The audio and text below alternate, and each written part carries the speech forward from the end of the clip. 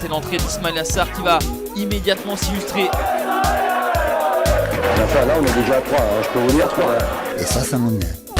Ça m'énerve. Le titre de champion est fêté dignement à Saint-Symphorien. Bonjour à tous et à toutes, bienvenue dans le Grenat Time. Aujourd'hui, on va parler du 11 type de la saison, ça y est. Toutes les têtes ont été annoncées par l'UNFP il y a de cela un jour, au moment où je parle, le 17 mai. Ça a été annoncé, on sait les grosses têtes qui vont être élus, meilleurs gardiens, meilleurs joueurs, meilleurs entraîneurs. Mais on va parler du 11 type qui va être élu lors de cette cérémonie du dimanche 28 mai, qui récompensera les meilleurs joueurs au meilleur poste. On part sur un 4-3-3 et on part tout de suite avec le gardien. Je vous dis, il y a quand même deux postes où il y a deux petites hésitations. Et du coup, on commence par le gardien.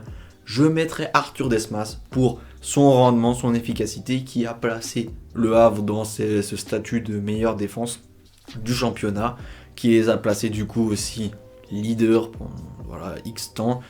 Et Arthur Desmas, c'est pour moi le meilleur gardien dans un 11. Parce que sinon, à la mi-saison, il y a aussi Gauthier Larsonneur qui a fait Valenciennes, Saint-Etienne et qui a sorti avec Saint-Etienne, on va dire, 5-6 matchs de top niveau.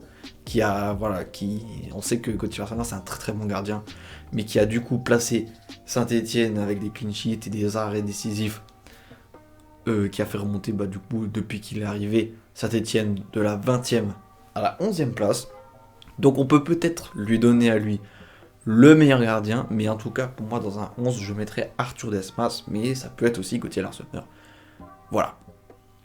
Tout de suite, on enchaîne avec donc un poste de latéral gauche, même s'il est piston gauche, il est nommé dans les meilleurs joueurs du championnat, Nils Kounkou, qui est arrivé à la mi-saison aussi, mais qui a un rendement d'efficacité incroyable, parce que ses statistiques sont incroyables, et Nils Kounkou, très jeune, attention, va falloir le retenir aussi.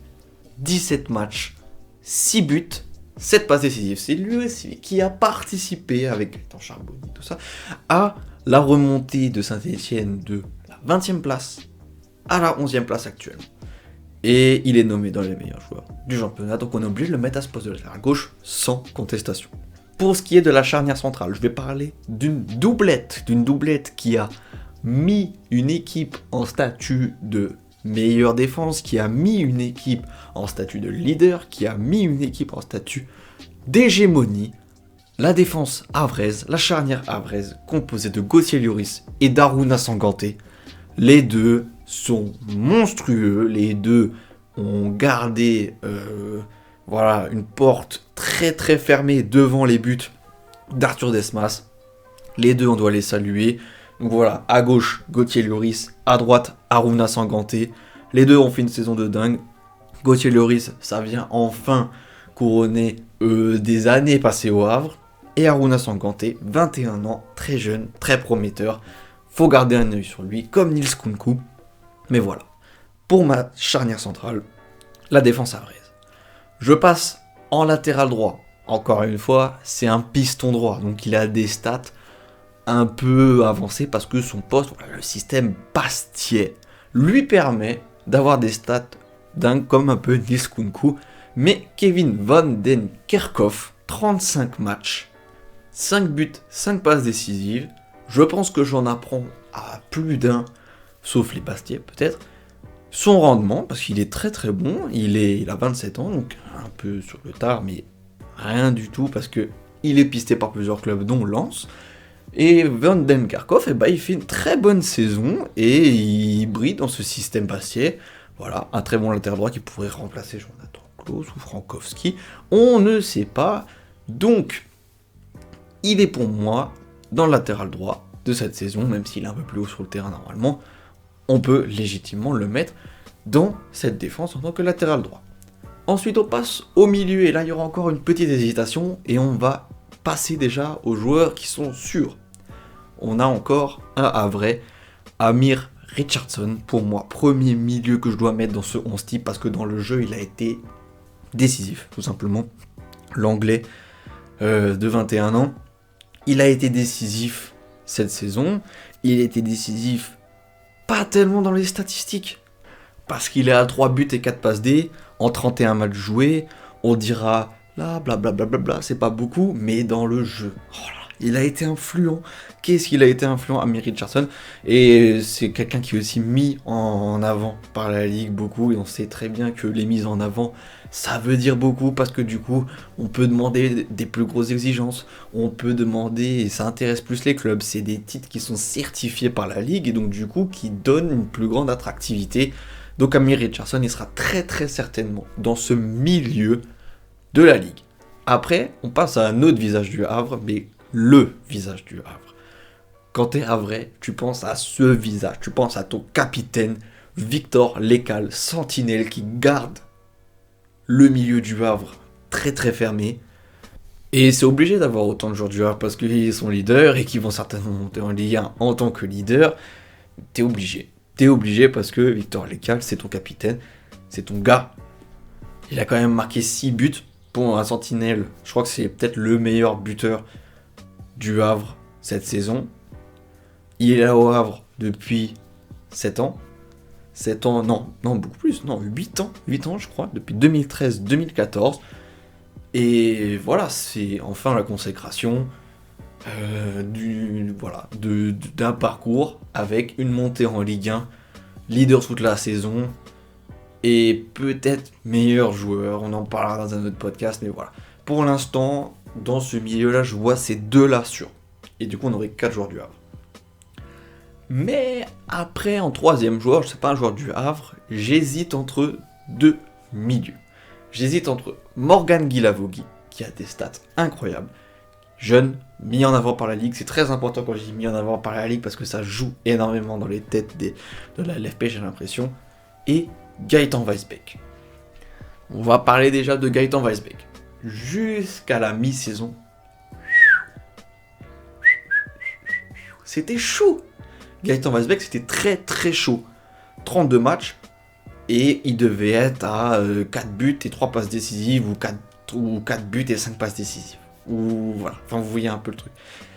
Et c'était chaque fois, il était souvent dans les 11 types des fans.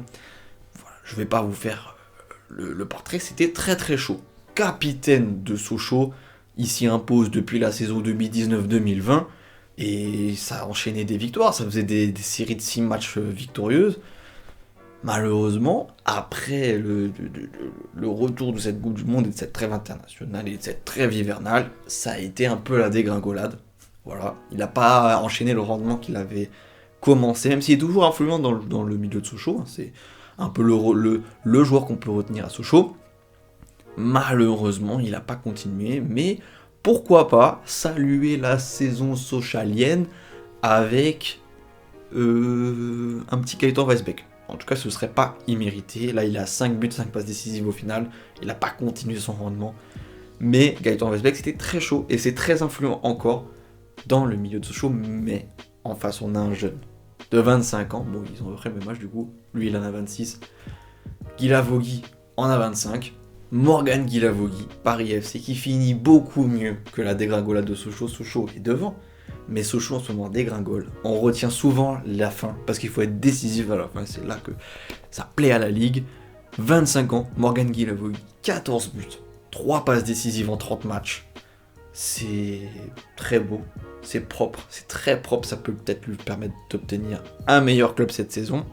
On verra ça, mais pour l'instant, on peut le mettre dans ce milieu, sauf que du coup, petit bémol, il est plus haut sur le terrain normalement. Alors, on peut le mettre ailier gauche, mais voilà, on peut jouer dans ce flou de ailier gauche, milieu gauche, voilà. Mais c'est 50-50. Je mettrais un petit 55-45 en faveur de Guilavogui. Mais bon, voilà mon milieu. Et on passe ensuite aux attaquants où il n'y a pas de débat. Parce qu'ils sont tous les trois nommés dans les meilleurs joueurs pour la saison. On commence avec celui qui a la moins bonne place au classement, Jean-Philippe Crasso, qui n'en est pas moins un très très bon joueur et un des meilleurs de la saison, avec en 32 matchs 16 buts marqués et 9 passes décisives, pour l'instant meilleur passeur de la Ligue. Pour l'instant, les stats sont figées pour l'instant, parce que je parle à la journée 36, qui n'a pas été encore jouée. Mais 16 buts, 9 passes décisives, meilleur passeur, un des meilleurs buteurs, dans le top 5 en tout cas, qui a permis, avec Niskunku, avec Gauthier Larsonneur et son rendement, de passer de la 20e place à la 11e actuellement. Et il y a eu des quadruplés, il y a eu des très très bonnes prestations. Jean-Philippe Grasson, on est obligé de le mettre. Malheureusement, pour un joueur, je vais passer directement à cette mention honorable. La mention honorable d'Alexandre Mendy, qui a 29 ans, comparé à Crasso qui en a 25, qui donc peut-être pèse un peu moins dans les mises en avant de la Ligue, mais voilà, 34 matchs, 17 buts, 2 passes décisives. Un des meilleurs joueurs de la saison, mais quand et par rapport aux deux devant, très en retrait.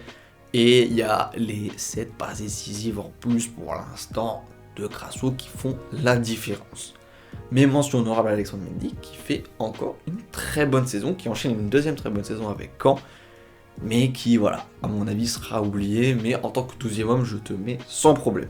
On enchaîne ensuite avec un duel de buteurs qui s'est profilé jusque longtemps dans la saison, avec surtout un départ en trombe pour un des deux, pour Josh Maja, qui a mis en 35 matchs 16 buts et 6 passes décisives. Voilà, un des meilleurs passeurs de la Ligue et un des meilleurs buteurs de la Ligue. 16 buts, 6 passes décisives. En début de championnat, c'était but. Une journée, un but. On voyait toujours Josh Maja en tant que buteur et toujours dans les 11 types de la semaine. On est obligé de le mettre. Là, ça a un peu freiné, mais très certainement qu'il partira de Bordeaux cette saison. Parce que il a fait quand même... Ouais, c'est un des visages de cette saison en Ligue 2.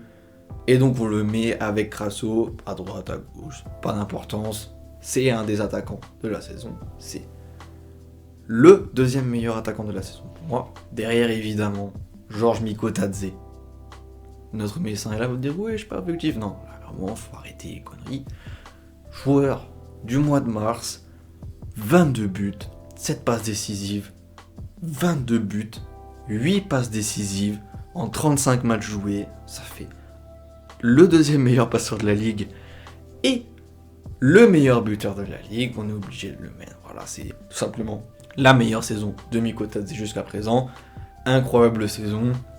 On ne peut que lui donner cette place dans ce 11 type et pourquoi pas le meilleur joueur. Mais ça, on en parlera plus tard. Mais en tout cas, voilà, j'espère que vous avez kiffé les petites illustrations. Mon petit 11, ma petite prédiction. N'hésitez pas à me dire si vous avez des autres suggestions à me dire.